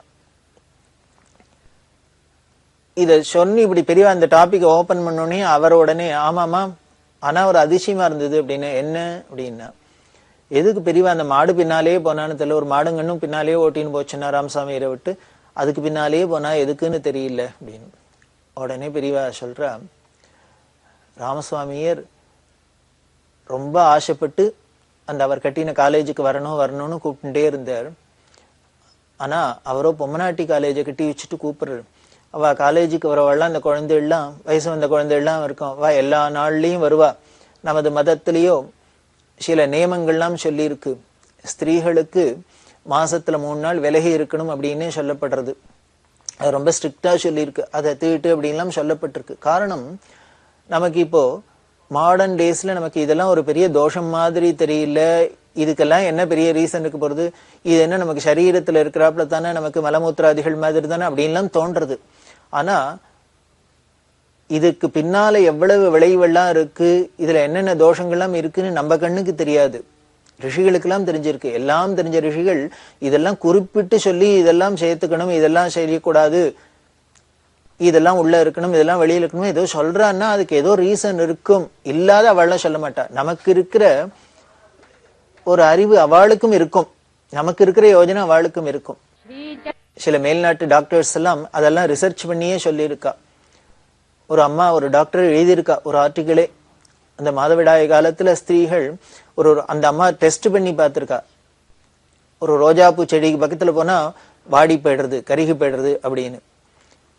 அவ்வளவு சென்சிட்டிவா இருக்கு. நமக்கு ஏதோ ஜடப்பொருள் மாதிரி இருக்கு, ஏதோ இது செடிகள் தானே கொடிகள் தானே அப்படின்னு சொல்றோம். அதுகளுக்கெல்லாம் கூட எப்படி பாதிப்பெல்லாம் ஏற்படுது, சாதக பாதம் எல்லாம் எப்படி இருக்கு அப்படிங்கிறது இதெல்லாம் தெரியுது. அப்படி முக்கியமா சொல்லி இருக்கு. அந்த சமயத்துல பல வியாதிகளுக்கு காரணம் அதெல்லாம் இருக்கும் அப்படின்லாம் சொல்றதுனாலதான் அதை ஒதுங்கி இருக்கிறது அப்படின்லாம் சொல்லப்பட்டிருக்கு. ஆனால் இந்த நாகரிகம் அப்படிங்கிற போர்வையில இதெல்லாம் நாம விடத்துக்கு அப்புறம் தான் உலகத்துல இப்படி புதுசா பல தினசான வியாதிகள், அதுக்கு என்ன மருந்து கண்டுபிடிச்சாலும் அந்த மருந்துக்கு மேல ஏதோ ஒரு வியாதி இருக்கு, சொல்ல தெரியாத இருக்கு, எத்தனையோ ஒரு அப்படியே தவிச்சுன்னு இருக்கோம், அப்படி ஒரு சிரமப்பட்டு தான் இருக்கோம். அப்ப கூட நாம இதெல்லாம் உணர்றதுக்கு நாம தயாரா இல்லை. அது குரு கிருபை இருந்தாதான் இதெல்லாம் நமக்கு ஒரு நம்பிக்கை வரும், உணர முடியும். இது எதுக்கு இத்தனையும் சொல்ல வந்தேன் அப்படின்னா, அப்ப பெரியவா சொல்றா, ஸ்திரீகள் காலேஜை கட்டி வச்சுட்டு இருக்கா, அவ எல்லா நாள்லயும் காலேஜுக்கு வந்துருவா. அப்படி வந்தா அந்த இடம்லாம் தீட்டுன்னு சொல்லியிருக்கு. நமக்கு மதத்துல எந்த ஒரு தீட்டா இருந்தாலும், எச்சலா இருந்தாலும், ஒரு இன்ஃபெக்ஷன் ஆகக்கூடிய விஷயங்களா இருந்தாலும் அது அத்தனைக்கும் போக்குறதுக்கு ஒரே ஒரு ஆன்டிபயாட்டிக், ரொம்ப பவர்ஃபுல் ஆன்டிபயாட்டிக்கா எதை சொல்லியிருக்கு அப்படின்னா கோமயத்தை தான் சொல்லியிருக்கு. பசுஞ்சாணம், பசுமாட்டோட மூத்திரம், இதைத்தான் ரொம்ப முக்கியமா சொல்லியிருக்கு. பசுமாடு அப்படின்னா ஞாபகம் வச்சுக்கணும், நாட்டு பசு. அந்த நாட்டு பசுவோட இந்த கோமயம் கோமூத்திரம் இதுகளுக்கெல்லாம் தான் ரொம்ப அப்படி ஒரு ஆன்டிபயாட்டிக் ஒரு பவர் இருக்கு. அது ஈஸ்வர சிருஷ்டி. இந்த கிருமிகள்லாம் படைச்ச ஈஸ்வரனே அதுக்கு உண்டான ஒரு மருந்தையும் படைச்சிருக்கார். அதனால்தான் நமக்கு கோவை ரொம்ப முக்கியமா கொண்டாடுறதுக்கு காரணம், கோவுக்கு சர்வமும் அதுல நமக்கு உபயோகமா இருக்கிறதுக்கு காரணம், அதை நாம அப்படி கொண்டாடுறது, புனிதமா கொண்டாடுறதுக்கு காரணம். இது மாதிரி காலேஜ் பொது இடங்கள்லாம் இனிமே கோமையெல்லாம் போட்டு சுத்தி பண்ண முடியுமா? யாரு இன்னைக்கு ஒருத்தர் வருவா, நாளைக்கு ஒருத்தர் வருவா தீட்டோட, அதனால யாரு வருவா என்னெல்லாம் தெரியாது. அதனால அது மாதிரி இடத்தெல்லாம் ஆச்சார அனுஷ்டானத்தோட இருக்கிறவா போய் முதிக்காத இருக்கிறது, அங்க போகாத இருக்கிறதான் அவாய்ட் பண்ண முடியும். வேற இதுக்கு மேல நம்ம ஒண்ணும் பண்ண முடியாது. பெரியவா அதை சொல்லிட்டு அவ எல்லா நாள்லயும் வருவா. அந்த இடத்துல எத்தனையோ தீட்டு தொடக்கலாம் இருக்கலாம். என்னோட ஆச்சாரத்துக்கு, என்னோட ஆசிரமத்துக்கு நாங்கெல்லாம் போய் முதிக்க முடியாது, பண்றது நியாயம் இல்லை. ஆனா ராமசுவாமியரோ ரொம்ப ஆசையா கூப்பிட்டு இருக்காரு. பாவம் அவருக்கு இது தெரியல, இந்த ஆங்கிள் அவர் கவனிக்கல, பார்க்கல. பெரியவா ஆச்சாரத்துக்கு அங்க அப்படி வந்தா சரியா வருமே வராதா அப்படின்னு, அதனால நம்ம கூப்பிடக்கூடாது அப்படின்னு அவருக்கு தோணல. அவருக்கு பரம பக்தி, எப்படியானும் பெரியவா பாதம் படணும், இந்த குழந்தை எல்லாம் க்ஷேமமா இருக்கணும், காலேஜ் என்ன நடக்கணும் அப்படிங்கிற ஒரு பிரார்த்தனையில தான் வந்து கூப்பிட்டு இருக்காரு. இத பெரியவா சொல்றா, இந்த இப்ப பேசிட்டு இருக்கிறவட்ட அவரானா அப்படி கூப்பிடுறாரு, எனக்கானா இது மாதிரி இருக்கு, என்ன பண்றதுன்னு தெரியல, நானும் யோஜனை பண்ணிட்டே இருந்தேன், அதனாலதான் பதில் சொல்லல. அவர் கேட்கறதையெல்லாம் முன்னால பெரியவா பதில் சொல்லாத இருந்ததுக்கு காரணம் இதான். நானும் பதில் சொல்லாதே இருந்தேன். அவர் அப்புறம் விடமாட்டாரு போல இருந்தது, வந்துதான் ஆகணுங்கிறப்பல கம்பல் பண்றதே. சரி, அவர் மனசும் நோகப்படாது, அவர் தாப்பப்படப்படாதுங்கிறதுக்காக போகலாம்னு யோஜனை பண்ணேன். அப்புறம் தான் தோணித்து, நம்மளோட ஆச்சார அனுஷ்டானத்துக்கு விரோதம் இல்லாதையும் இருக்கணும், கூப்பிட்டவரோட ஆசைக்கு பூர்த்தியாராப்லயும் இருக்கணும். அப்ப என்ன பண்ணலான்னு பார்த்தேன். அப்பதான் ஞாபகம் வந்தது, எப்பேற்பட்ட எச்சல் தீட்டா இருந்தாலும் அதை போக்குறதுக்கு, சுத்தி பண்றதுக்கு இந்த பசுமாடும் அதோட கோமையும் தான் முக்கியம் அப்படின்னு தோணித்து. இப்ப இனிமே அவரை இனிமே காலேஜ் முழுக்களும் சாணி போட்டு அலம்பி விடுங்க அப்படின்லாம் சொன்னாக்க அதுவும் நல்லா இருக்காது. அவர் ஏண்டாப்பா கூப்பிட்டோன்னு ஆறாப்புல அவளை ஒரு காரியம் சொல்லிடக்கூடாது. இப்படி பசுமாட்டோட சாணியை போட்டு அதெல்லாம் அலம்பித்தான் விடணுங்கிறது இல்ல.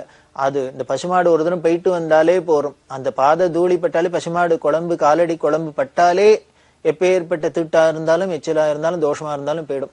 அதனாலதான் நம்ம கிரேப்ரேஷங்கள்லாம் கூட முதல்ல பசுமாடை உள்ள வருது, பசுமாடை உள்ள வருது அப்படிங்கிறதுக்கு காரணம், அந்த இடம் ஒரு சுத்தமா ஆகணும், நமக்கு ஒரு பவித்திரமா இருக்கணும், நம்ம வாழறதுக்கு அருகதை உள்ளதா இருக்கணும், அங்க உள்ள தோஷங்கள்லாம் போகணுங்கிறதுக்காக தான்.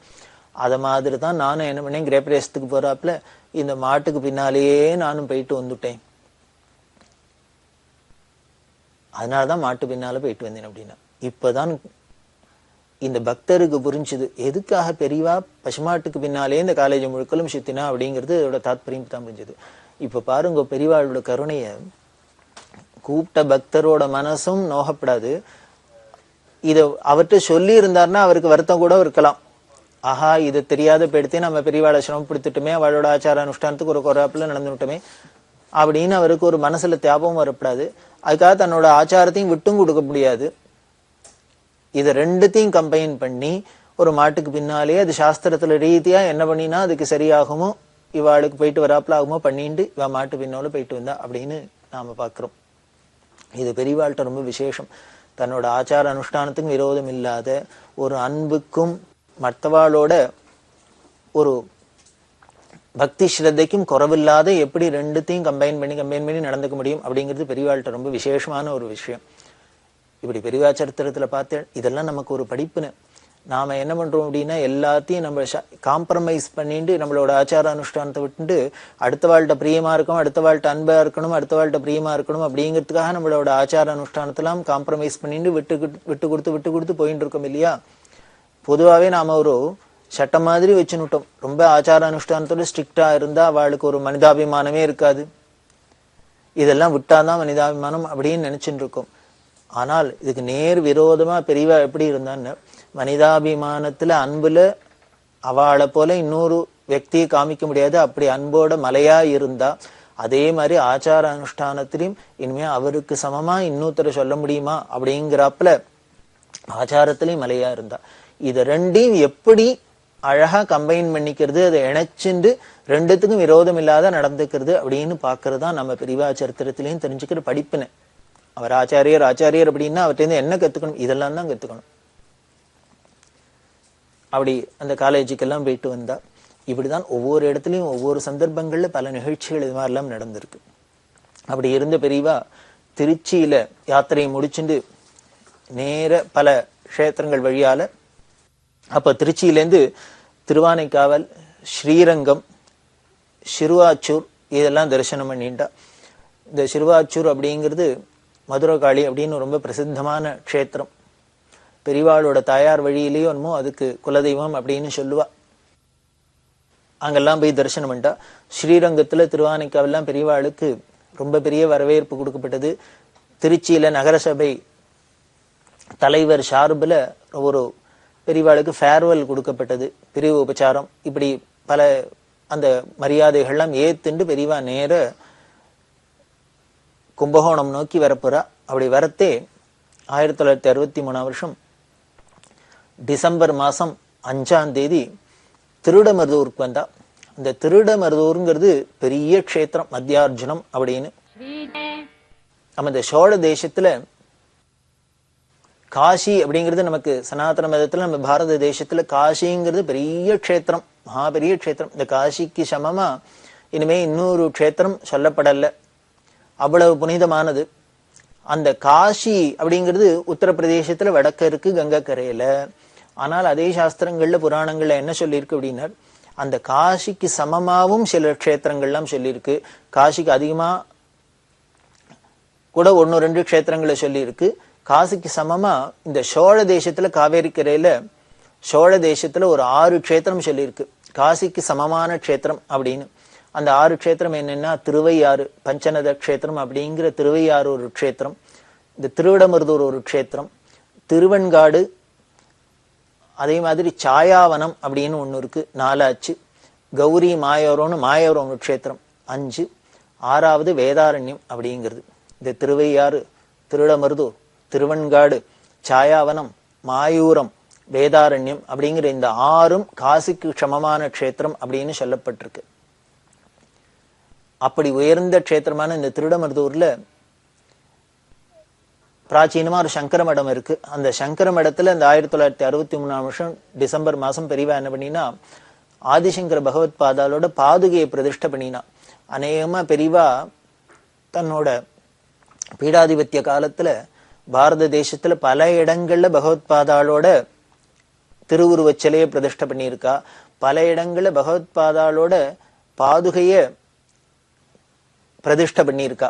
பாதுகை அப்படின்னாக்க பாதத்தை எப்படி பண்ணுவான்னா கல்லுலயே செலவக்கல்லையே ஒரு தாமரப்பு மாதிரி இருக்கும், அதுல பகவத்பாதாளோட திருப்பாதம் மாதிரி இருக்கும். ராமர் பாதம் விஷ்ணு பாதம் அப்படின்லாம் நாம வழிபடலையா, அதே மாதிரி பகவத்பாதர்னே பிரசித்த பெற்ற அவரோட பெருமைக்கு ஏத்தாப்புல அவரோட பாதத்தை எங்கெங்கெல்லாம் மடங்கள்லாம் இருக்கோ அங்கெல்லாம் பிரதிஷ்டை பண்ணியிருக்கா. அப்படிதான் இந்த திருடமருதுல 63ஆம் வருஷம் ஆச்சாரிய பாதுக பிரதிஷ்டை பண்ணினா.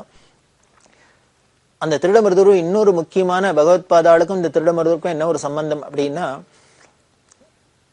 ஆதிசங்கர பகவத்பாதரை அவதாரம் பண்ணி அவர் அத்வைத சித்தாந்த ஸ்தாபிதம் பண்ணி ஷண்மதத்தை சரி பண்ணி இந்த பாரத தேசத்தை 3 தரம் பாத யாத்திரையா வளர்ந்தாள்னா பிராச்சீன சங்கர விஜயங்கள்லாம் சொல்றது. அப்படி சொல்றதே இந்த சங்கர விஜயத்துல என்ன சொல்றது அப்படின்னா, இவர் யாத்திரை பண்ணிட்டு வரத்தே இந்த பாரத தேசத்துல இந்த மத்தியார்ஜுனங்கிற திருடமருதூருக்கு வந்தார். இந்த ஆச்சாரியால் போற இடங்கள்லாம் பண்டிதர்கள்லாம் அவளோட வாதத்துக்கு வந்தா. அத்வைத சித்தாந்தம் தான் வசத்தி, அதுதான் சத்தியம் அப்படிங்கிறத நீங்க ஸ்தாபிதம்லாம் பண்ணிருக்கள், பிரஸ்தானத்திரை பாஷ்யம்லாம் எழுதி இதெல்லாம் பண்ணிருக்கள், இதுதான் சத்தியம் அப்படிங்கறத அவளோட வாதம் எல்லாம் பண்ணி எல்லா இடத்துலயும் நிரூபணம் பண்ணியிருக்கா. அப்படி பண்ணிட்டே வரத்தே இந்த திருடமருதுலையும் வரத்தே அந்த பண்டிதர்கள்லாம் என்ன பண்ணினா வாதத்துக்கு வந்தா. ஆதிசங்கர பகவத்பாதால் யாரோடும் சண்டைக்கு போகல, யார்ட்டையும் வாதத்துக்கு போகல. மற்றவாள்லாம் வந்தாக்க இவர் அதுக்கு பதில் சொல்ல வேண்டியிருந்தது, அவ்வளவுதான். அப்படி அவள்லாம் இவள்கிட்ட சாஸ்திர ரீதியா வாதத்துக்கு வந்தா. அது எப்படி உங்களால சொல்ல முடியும்? அத்வைதம் தான் பரம தாத்பரியம், அதுதான் வேதத்தோட முடிவான கொள்கை அப்படிங்கிறது நீங்க எப்படி சொல்லலாம், எப்படி எல்லாம் பாஷ்யத்தெல்லாம் பண்ணிக்க அப்படின்னு வாதத்துக்கெல்லாம் வந்தா. அவளோட வாதம் பண்ண போறாரு. இப்படி எந்த ஒரு வாதம்னாலும் ஒரு பட்டிமண்டம் அப்படின்னா ஒரு நடுவர் இருக்கணும் இல்லையோ. இந்த காலத்துல பட்டிமண்டபம் அப்படிங்கிறோம், அது அந்த காலத்துல அப்படி வாதம் அப்படின்னு ஒண்ணு வச்சுட்டு இருந்திருக்கா. அதுக்கு நடுவர் ஒருத்தருக்குமே ஜட்ஜ்மெண்ட் கொடுக்குமே, 2 கட்சியை சேர்ந்துவா சொன்னாக்கா இதுல எது சத்தியம் அப்படிங்கறத 2த்தையும் அலசி ஆராய்ஞ்சு ஒருத்தர் தீர்ப்பு சொல்லணும் இல்லையோ. அதுக்கு இந்த திருடமருதூர்ல வந்திருக்கிறதே பகவத்பாதாவோட அந்த வித்வான்கள்லாம் வாதத்துக்கு வந்திருக்கிறதே ஆச்சாரியாலையும் எதிர்வாதம் பண்ணணும் அப்படின்னா இதுக்கு நடுவர் வேணுமே. யாரு நடுவர் அப்படின்னு தீர்மானம் பண்ணலாம்னா பகவத்பாதாள்கிட்ட ஒரு விசேஷம் என்னன்னா, எந்த ஊருக்கு போனாலும் யாரு வாதத்துக்கு வந்தாலும் ஜட்ஜி என்ன பண்ணுவார், அவளுக்கு யார சொல்றாளோ அவளையே வச்சுக்க சொல்லிடுவார். ஜட்ஜி யாருன்னு பாத்துக்கணும், அவர் நமக்கு சாதமா இருப்பாரா பாதமா இருப்பார் அப்படின்னு தானே நமக்கு கவலையெல்லாம் வரும். பகவத்பாதாளுக்கு இந்த கவலையே கிடையாதான். யார ஜட்ஜா போட்டாலும் பரவாயில்ல, இவர் பாயிண்ட சொல்றதுக்கு ரெடியா இருப்பார். காரணம் என்னன்னா, தன்னோட கொள்கையில தன்னோட பாயிண்ட்ல அவ்வளவு சத்தியமா நம்பிக்கை, அது பரம சத்தியமா இருக்கிறதுனால தீர்ப்பு சொல்லக்கூடியவன் நியாயாதிபதியா இருந்தா அது தானே அவளுக்கு சத்தியம் தெரியும் அப்படிங்கிறதுல பரம நம்பிக்கை அவருக்கு. அதனால இந்த யாரு ஜட்ஜுங்கிறதெல்லாம் அவர் கவலையப்பட மாட்டார். யாரெல்லாம் சொல்றாளோ வாதத்துக்கு வராளோ யார சொல்றாளோ அவளையே வச்சுருவார். அப்படி திருடமருதூர்ல யார பண்ணலான்னார். அவள்லாம் எல்லாருமே சேர்ந்துன்னு சொன்னா, இங்க இருக்கிறதுலயே பெரியவர் பரமேஸ்வரன், அதனால மகாலிங்க சுவாமியே ஜட்ஜா இருக்கட்டும் அப்படின்னா. ஆச்சாரியர்களுக்கு ரொம்ப சந்தோஷம். ஏதோ மனுஷாளுக்கு முன்னால அவர் மனுஷால ஜட்ஜா வச்சுட்டு வாதம் பண்ணி நம்ம அத்வைதான சத்தியம்னு நிரூபணம் பண்றதை விட பரமேஸ்வரனே இதாப்புல வந்திருக்காருன்னா தாராளமா இருக்கட்டும், அவர் வாயிலே ஜட்ஜ்மெண்ட் கொடுக்கட்டுமே, எது சத்தியம் எது அசத்தியம்னு. அதனால பரம சந்தோஷம் ஆச்சாரியாளுக்கு. உடனே மகாலிங்க சுவாமி கோவிலுக்கு போனா எல்லா வித்வான்களும் எல்லாரும் கேள்வி எல்லாம் கேட்கிறா, ஆச்சாரியாலும் பதில் சொல்ற. இப்படி வாதங்கள்லாம் நடந்தா பரமேஸ்வரன் பிரார்த்தனை உண்டு. இப்படி முடிஞ்சுது. அந்த சமயத்துல என்ன பண்ண, இந்த மகாலிங்க சுவாமி லிங்கத்திலேந்து அப்படி ஒரு கை வெளியில வந்தது. கை வெளியில அப்படி தூக்கிண்டு சத்தியம் அத்வைதம் சத்தியம் அத்வைதம் சத்தியம் அத்வைதம் அப்படின்னு 3 தரம் சொல்லித்து கையை உள்ளுக்குள்ள போயிடுத்து. மகாலிங்க சுவாமி ஜட்ஜ்மெண்ட் கொடுக்கிறார். இந்த வாதத்தை பிரதிவாதத்தெல்லாம் கேட்டுட்டு எப்படி ஜட்ஜ்மெண்ட் கொடுத்தார், சத்தியம் அத்வைதம் சத்தியம் அத்வைதம் சத்தியம் அத்வைதம் அப்படின்னு ஒரு தரத்துக்கு 3 தரம். நீங்க பார்த்தேன்னா சில நாட்டுலாம் வச்சுருக்க, அமெரிக்கா முதலான நாட்டுலாம் அந்த பதவி பிரமாணம் எல்லாம் பண்ணிக்கிறதே என்ன பண்ணுவோம், சத்திய பிரமாணம் பண்ணிக்கிறது இப்படி கையை வசத்தின்னு தான் சொல்றதா இருக்கு. இது ஏதோ இப்ப ஏதோ நாம ஒரு சம்பிரதாயம் மாதிரி பாக்குறோம், ஏதோ ஒரு நாட்டுல ஒரு வழக்கம் மாதிரி பாக்குறோம். இதுக்கு புராண ரீதியெல்லாம் பார்த்தீங்கன்னா 2500 வருஷத்துக்கு முன்னால ஆச்சாரியாளுக்கு பரமேஸ்வரன் மத்தியார்ஜுனத்துல திருடமருதூர்ல எப்படி அத்வைதம் தான் சத்தியம் அப்படின்னு பிரமாணம் பண்ண, இப்படி வலது கையை தூக்கிண்டு இப்படி உயர்த்தின்னு பண்ணினார் அப்படின்னு சொல்லப்பட்டிருக்கு. இது பிராச்சீன சங்கர விஜயங்கள்லாம் இருக்கு. மாதவிய சங்கர விஜயத்திலும் வியாக்கியானத்துல இதெல்லாமும் சொல்லப்பட்டிருக்கு, இந்த கதையெல்லாமும் சொல்லப்பட்டிருக்கு. அப்படி ஒரு உயர்ந்த க்ஷேத்திரம். மகாலிங்க சுவாமியே பரமேஸ்வரனே வந்து கையை தூக்கி வசத்தி அத்வைதம் சத்தியம் அப்படின்னு சொன்னதுதான் இந்த மத்தியார்ஜுன க்ஷேத்திரத்துல. அதனாலதான் இந்த திருடமருதோருக்கும் ஆதிசங்கர பகவத்பாதாளுக்கும் அந்த பரம்பரையில வந்து இந்த காமகோடி பீடத்துக்கும் ரொம்ப ஒரு பெரிய நெருங்கிய தொடர்பு இருக்கு. அதெல்லாம் உத்தேசிச்சு தான் பெரியவா என்ன பண்ணினா 1963 அங்க சங்கர மடத்துல பாதுக பிரதிஷ்டை பண்ணினா. அதே மாதிரி அந்த மடத்து வாசல்ல இந்த நிகழ்ச்சியை ஞாபகப்படுத்துறாப்புல ஆதிசங்கர பகவத்பாதாள் மகாலிங்க சுவாமிக்கு முன்னால கைகுப்பின்னு நிற்கிறாப்புல, மகாலிங்கத்திலேருந்து இவள் கை வந்து அத்வைதம் சத்தியம்னு சொல்றாப்புல மேல ஒரு விமானம் வச்சு அதுலயும் பிரதிஷ்டை பண்ணினா. இந்த சில்பத்துல இதை பிரதிஷ்டை பண்ணிக்கா. இன்னைக்கும் போனா பார்க்கலாம், அத்வைதம் சத்தியம் அத்வைதம் சத்தியம் அத்வைதம் சத்தியம் அத்வைதம்னு எழுதியிருக்கும். இந்த அத்வைதத்துக்கு ஒரு பெரிய சர்டிபிகேட் என்னென்ன, பரமேஸ்வரனே எத்தனையோ தத்துவங்கள் இருக்கு உலகத்துல, எத்தனையோ சித்தாந்தங்கள் இருக்கு, எத்தனையோ மகான்கள் என்னெல்லாமோ சொல்லியிருக்கா. இருந்தா கூட இந்த அத்வைதம் தான் பரம சத்தியம் அப்படின்னு பகவானே கையை தூக்கி பிராமிஸ் பண்ணினது. அந்த திருடமருதூர்ல இப்படி சங்கர ஆச்சாரியாரோட பிம்பம் அந்த அத்வைத சத்தியம்ங்கிறதையும் பிரதிஷ்டை பண்ணி பாதுகையை பிரதிஷ்டை பண்ணினா. அதுல இன்னொன்னு முக்கியமா என்ன பண்ணினான்னா, ரொம்ப கிராண்டா விமர்சையா நடந்தது. அந்த பாதுகைக்கு நல்ல தகுடி சால்வை அப்படின்பா, பொன்னாடை அப்படின்னு சொல்லுமே, அது மாதிரி ஜரிகை சால்வையில 108 வாங்கிட்டு வர சொல்லி பகவத்பாதாரோட அஷ்டோத்திரத்தை சொல்லி பெரியவாளும் புதுப்பிரிவான்னு சொல்லக்கூடிய ஜெயேந்திர சுவாமி 2 பேருமா சேர்ந்துண்டு அந்த ஆச்சாரியர்கள் பாதுகைக்கு இந்த 108 சால்வையாலையும் அர்ச்சனை. நாமெல்லாம் புஷ்பத்தால தான் பண்ணுவோம், பத்திரங்களால தான் பண்ணுவோம். பெரியவா என்னம்னா இந்த ஜரிகை சால்வையில ஆச்சாரியாளுக்கு பாதுகைக்கு பாதத்துக்கு அர்ச்சனை பண்ணி அந்த அத்தனை சால்வியும் 108 வித்வான்களுக்கு திருப்பி பிரசாதமா கொடுத்தா, சம்பாவனையா பிரசாதமா கொடுத்தா பெரிய வித்வத் வச்சு. இது மாதிரி ரேரா அபூர்வமா பெரியவாளுக்கு தான் தோணும், பெரியவா தான் பண்ண முடியும். நீங்க பார்த்தீங்கன்னா அந்த நிகழ்ச்சி அன்னைக்கு நடந்தது போட்டோவே இருக்கு. பெரியவாளும் புது பெரியவா சேர்ந்து அந்த பாதுகைக்கு சால்வையால அர்ச்சனை பண்றது, அதே மாதிரி எல்லா வித்வான்களுக்கும் அந்த சால்வையை கொடுத்துட்டு பிரசாதமா கொடுத்துட்டு எல்லாரும் சூழ்ந்து இருக்க 2 பெரியவாளும் அங்க இந்த பாதுகை பக்கத்திலேயே இருக்கிறப்பெல்லாம் போட்டோஸ் எல்லாம் இருக்கு. அதெல்லாம் பார்த்தாலே நமக்கு ஆனந்தமா இருக்கும். இப்படி எல்லாம் இந்த திருடமருதூர்ல பரம வைபவமா ஆச்சாரிய பாதுக பிரதிஷ்டையெல்லாம் நடந்தது. அங்கேருந்து பெரியவா நேர யாத்திரையை தொடர்ந்துன்னு கும்பகோணத்துக்கு வரா. அது என்ன நிகழ்ச்சிகள் நடக்கிறது தொடர்ந்து பார்க்க போறோம். பெரியவா சரணம். இந்நிகழ்ச்சியின் அடுத்த பகுதி நாளை மாலை இதே நேரத்தில் ஒளிபரப்பாகும். பெரியவா சரணம். பெரியவா சரணம். அடுத்த நிகழ்ச்சி திருவாசக இன்னிசை. வழங்குபவர் ஸ்ரீ சத்குருநாத தேசிகர் அவர்கள். பெரியவா சரணம். திருச்சிற்றம்பலம். வாழாப்பத்து பாரொடு விண்ணாய் பரந்தயம் பரனே, பாரொடு விண்ணாய் பரந்தயம் பரனே, பற்று நான் மற்றிலேன் கண்டாய், சீரோடு பொலிவாய் சீரோடு பொலிவாய் சிவபுரத்து அரசே, சீரோடு பொலிவாய் சிவபுரத்து அரசே, திருப்பெரும் தூரை உரை சிவனே, யாரோடு நோகேன்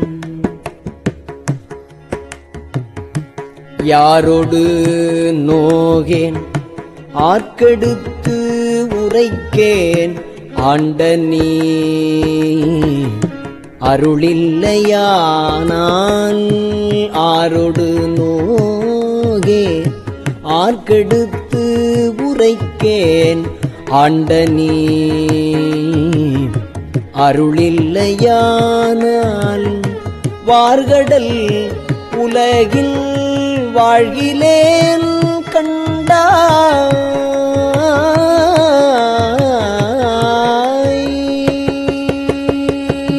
வார்கடல் உலகில் வாழ்கிலேன் கண்டாய், வருக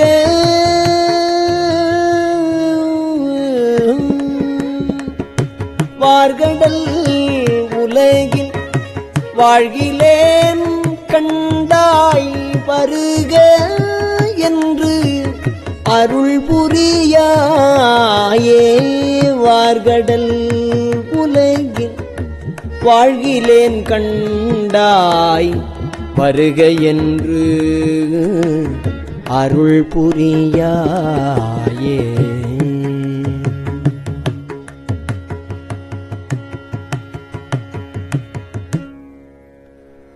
வம்பனேன் தன்னை ஆண்ட மாமணியே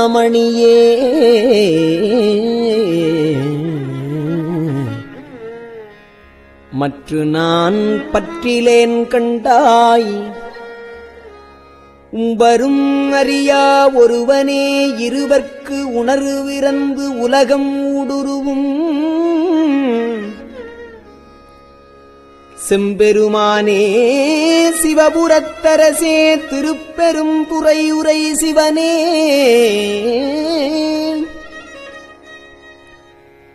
எம்பெருமானே என்னை ஆழ்வானே என்னை நீ கூவிக்கொண்டு அருளே.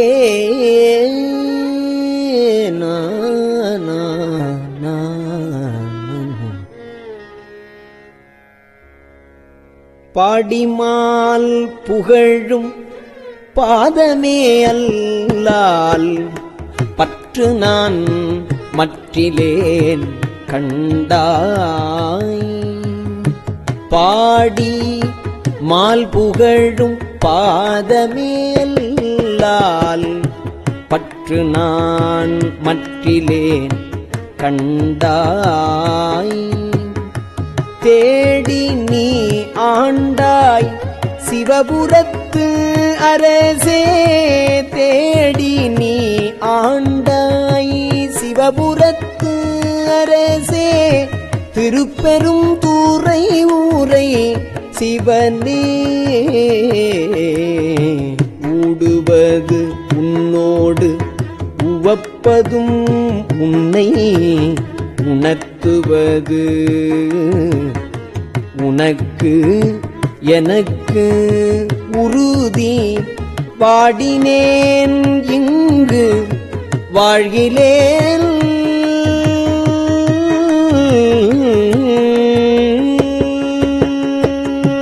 வாடினேன் இங்கு வாழ்கிலேன் கண்டாய் வருக என்று அருள் புரியாயே.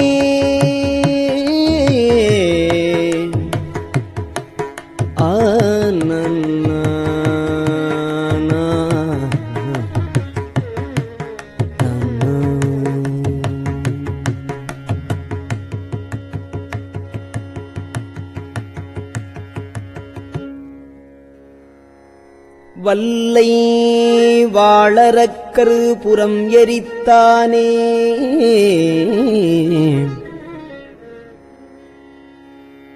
மற்று நான் பற்றிலேன் கண்டாய். தில்லை வாழ் கூத்தா சிவபுரத்து அரசே திருப்பெரும் துறை உரை சிவனே.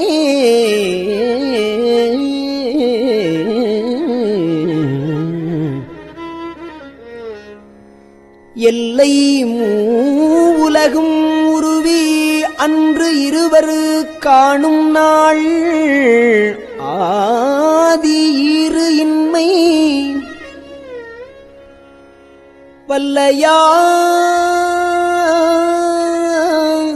வல்லையாய் வளர்ந்தாய் ஈரின்மை வல்லையாய் வளர்ந்தாய் வாழ்கிலேன் கண்டாய் வருக என்று அருள் புரியாயே.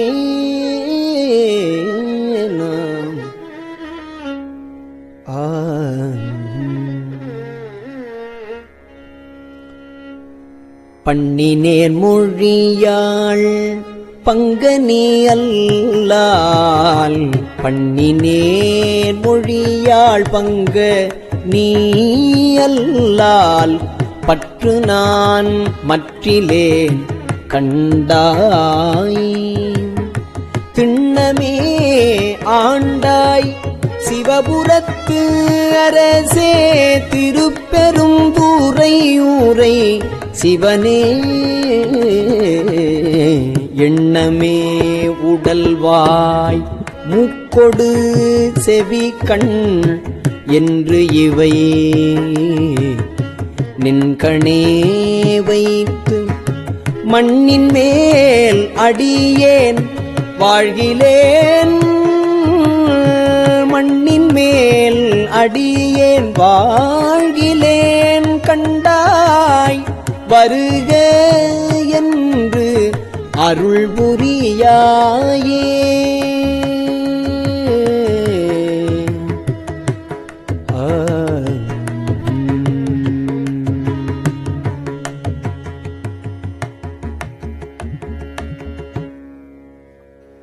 பஞ்சின் மெல்லடியாள் பங்க நீ பஞ்சின் மெல்லடியாள் பங்க நீ அல்லால் பற்று நான் மற்றிலேன் கண்டாய் செஞ்சவே ஆண்டாய் சிவபுரத்து அரசே திருப்பெருந்துறை உரை சிவனே அஞ்சினேன் நாயேன் அஞ்சினேன் நாயேன் ஆண்டு நீ அளித்த அருளினை மருளினால் மறந்த வஞ்சனேன் நாயேன் நீ ஆண்டு அளித்த அருளினை மருளினால் மறந்த வஞ்சனேன் இங்கு வாழ்கிலேன் கண்டாய்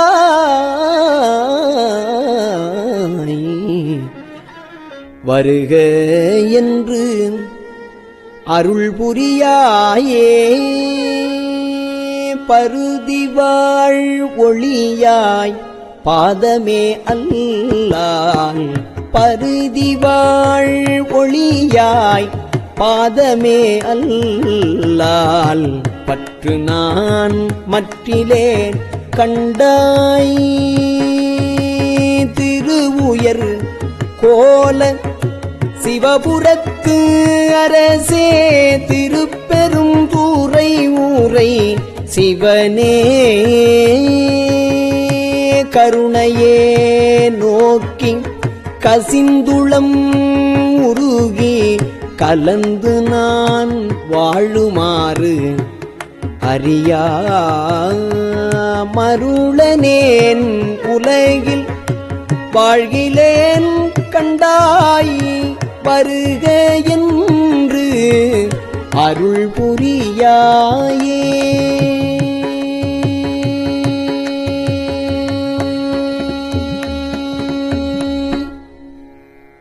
பந்தனை விரலாள் பந்து அணை விரலாள் பங்க நீ அல்லால் பற்று நான் மற்றிலேன் கண்டாய் செந்தழல் போல்வாய் செந்தழல் போல்வாய் சிவபுரத்து அரசே திருப்பெருந்துறை உரை சிவனே அந்தம் இல் அமுதே அரும்பெரும் பொருளே ஆரமுதே அடியேனை வந்து உய்ய ஆண்டாய் வாழ்கிலேன் கண்டாய் வருக என்று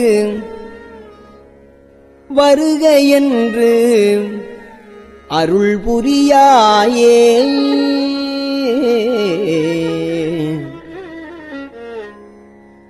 பாவநாசா உன் பாதமே அல்லால் பாவநாசா உன் பாதமே அல்லால் பற்று நான் மற்றிலேன் கண்டாய் தேவர்தன் தேவே சிவபுரத்து அரசே திருப்பெருந்துறை உரை சிவனே மூவுலகு உருவ இருவர் கீழ்மேலாய் முழங்கு அழலாய் நிமிர்ந்தானே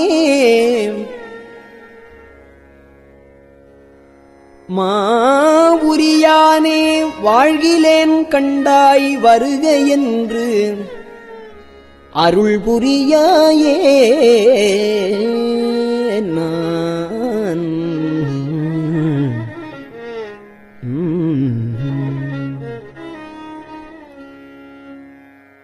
பழுதில் தொல் புகழாள் பங்கனி அல்லால் பழுதில் தொல் புகழாள் பங்கனி அல்லால் பழுதில் தொல் புகழாள் பங்கனி அல்லால் பற்று நான் மற்றிலேன் கண்டாய் செழுமதி அணிந்தாய் சிவபுரத்து அரசே செழுமதி அணிந்தாய் சிவபுரத்து அரசே திருப்பெரும் தூரை உரை சிவனே தொழுவனோ பிறரை துதிப்பனோ எனக்கு ஓர் துணை என நினைவனோ சொல்லாய் தொழுவனோ பிறரை துதிப்பனோ எனக்கு ஓர் துணை என நினைவனோ சொல்லாய் மழவிடையானே வாழ்கிலேன் கண்டாய் மழவிடையானே வாழ்கிலேன் கண்டாய் வருக என்று அருள் புரியாயே அருள் புரியாயே வருக என்று அருள் புரியாயே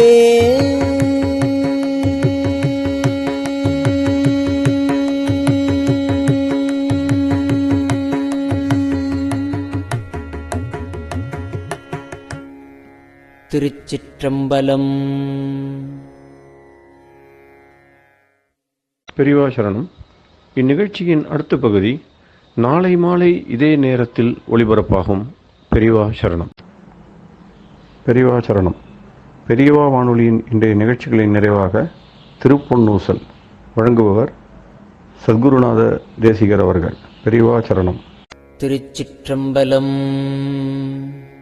திருப்பொன்னூசல். நஞ்சமர் கண்டத்தன் அண்டத்தவர் நாதன்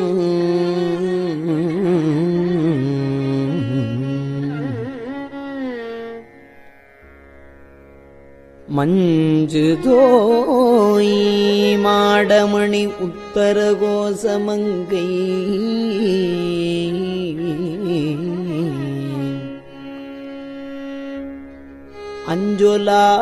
அஞ்சொலாள் தன்னொடும் கூடி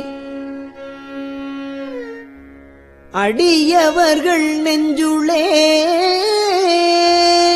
நின்று அமுதம் ஊறி கருணை செய்து துஞ்சல் பிறப்பறுப்பான் தூய புகழ் பாடி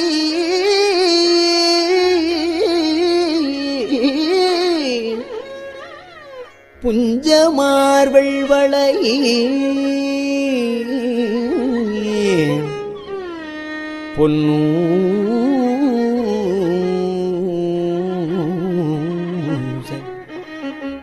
பொன்னூசல் ஆடாமோ